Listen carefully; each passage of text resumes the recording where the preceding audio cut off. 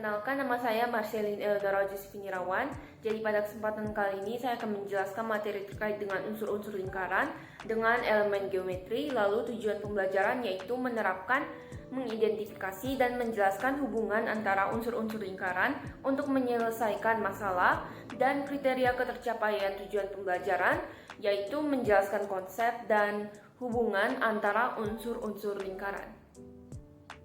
Jadi langsung saja, secara umum lingkaran merupakan kumpulan dari semua titik yang berada di dalam sebuah bidang yang memiliki jarak yang sama dari satu titik pusat.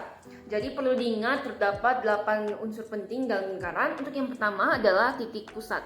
Jadi titik pusat yang berada di dalam gambar ini merupakan titik pusat A. Jadi titik pusat merupakan titik yang tepat berada di tengah lingkaran, yang dimana semua titik pada sisi lingkaran memiliki jarak yang sama terhadap titik pusat. Yang ini untuk titik pusat. Lalu unsur yang kedua adalah jari-jari yang biasanya kita simbolkan dengan huruf R, yaitu jarak dari titik pusat lingkaran ke setiap titik pada sisi lingkaran, yang dimana pada gambar ini terdapat 5 jari-jari. Untuk yang pertama adalah jari-jari AB, yang ini. Lalu yang kedua adalah jari-jari AG, yang ini. Lalu yang ketiga adalah jari-jari AF, ini. Lalu yang keempat adalah jari-jari AD, yang ini. Dan yang terakhir adalah jari-jari AE, yang ini. Lalu unsur ketiga adalah diameter. Jadi diameter merupakan garis lurus yang melewati titik pusat dan menghubungkan dua titik pada lingkaran. Jadi terdapat 2 diameter pada gambar ini. Untuk diameter pertama adalah diameter DB atau BD, yang ini, yang dimana diameter ini terhubung dari 2 titik yang melalui titik pusat, yaitu titik A. Lalu diameter yang kedua adalah diameter EF,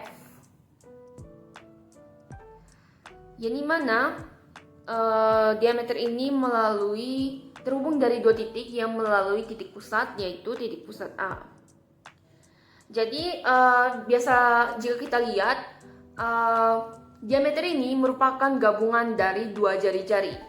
Lalu untuk unsur yang keempat adalah busur. Jadi busur merupakan garis lengkung yang dibatasi 2 titik pada lingkaran. Jadi ada busur pertama yaitu busur EB, yang ini. Lalu busur kedua adalah busur BG, yang ini.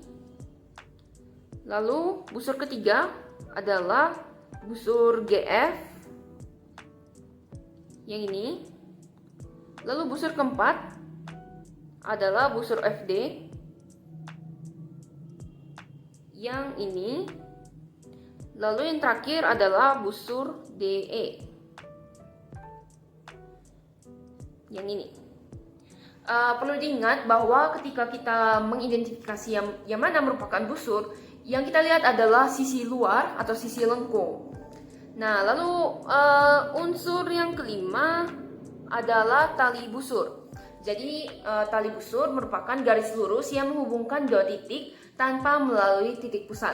Jadi di sini terdapat 1 tali busur, yaitu tali busur FG, di mana tali busur ini tidak melalui titik pusat.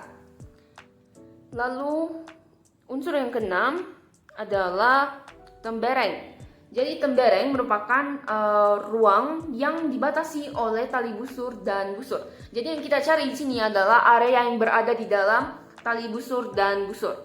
Jadi yang ini areanya, yang dimana sudah saya arsir warna biru. Dengan area ini dinamakan dengan area FG, karena dia itu area yang berasal dari tali busur FG yang ini. dan dibatasi juga oleh juga dengan busur Fg yang ini. Lalu unsur yang ketujuh adalah juring. Jadi juring merupakan bagian yang dibatasi oleh 2 jari-jari dan 1 busur. Jadi mana merupakan juring? Jadi yang merupakan juring adalah juring A, F, G yang ini. Lalu juring A, G, B yang ini. Lalu juring A, B, E yang ini. Lalu juring A, E, D yang ini. Dan juring terakhir yaitu juring A, D, F yang ini.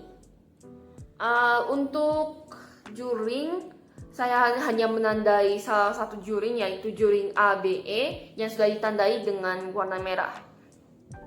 Yang areanya sudah ditandai dengan warna merah. Lalu untuk unsur yang terakhir adalah unsur apotema. Jadi apotema merupakan garis tegak lurus yang ditarik dari titik pusat ke tali busur. Jadi yang merupakan apotema di sini adalah apotema garis AH yang ini. Jadi apotema ini ditarik dari garis ini ditarik dari titik pusat A menuju tali busur FG.